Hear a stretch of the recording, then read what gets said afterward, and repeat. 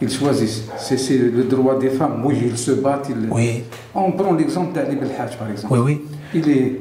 Est-ce que vous pensez que c'est logique ce qu'il est en train de subir les droits depuis des années?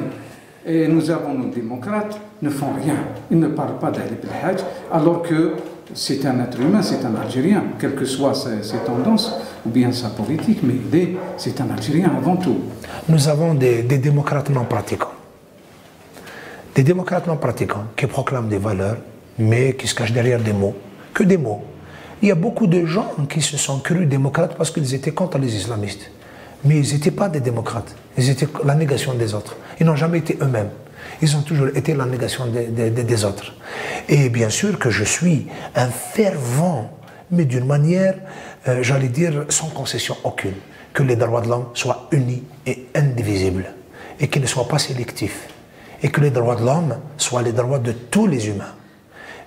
Quelle que soit leur appartenance idéologique, quel que soit leur sexe, quelle que soit la couleur de leur peau, quelle que soit leur origine, quelle que soit leur idéologie, quelle que soit leur appartenance religieuse.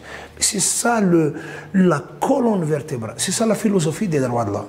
Ceux qui se dresseraient contre cette philosophie, tout simplement, ne sont pas que sélectifs. Ils sont eux-mêmes la négation de la notion des droits de l'homme. Donc,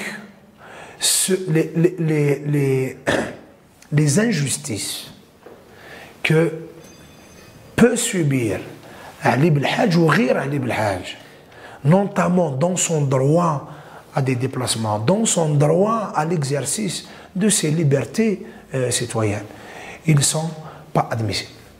Ils sont pas admissibles, plus encore, ils sont insupportables. Pour une raison qui est simple, c'est que dans un état de droit, où sont consacrées les libertés individuelles et collectives, c'est la prime au droit. Vous savez c'est quoi la différence entre un état de droit et un état de non-droit?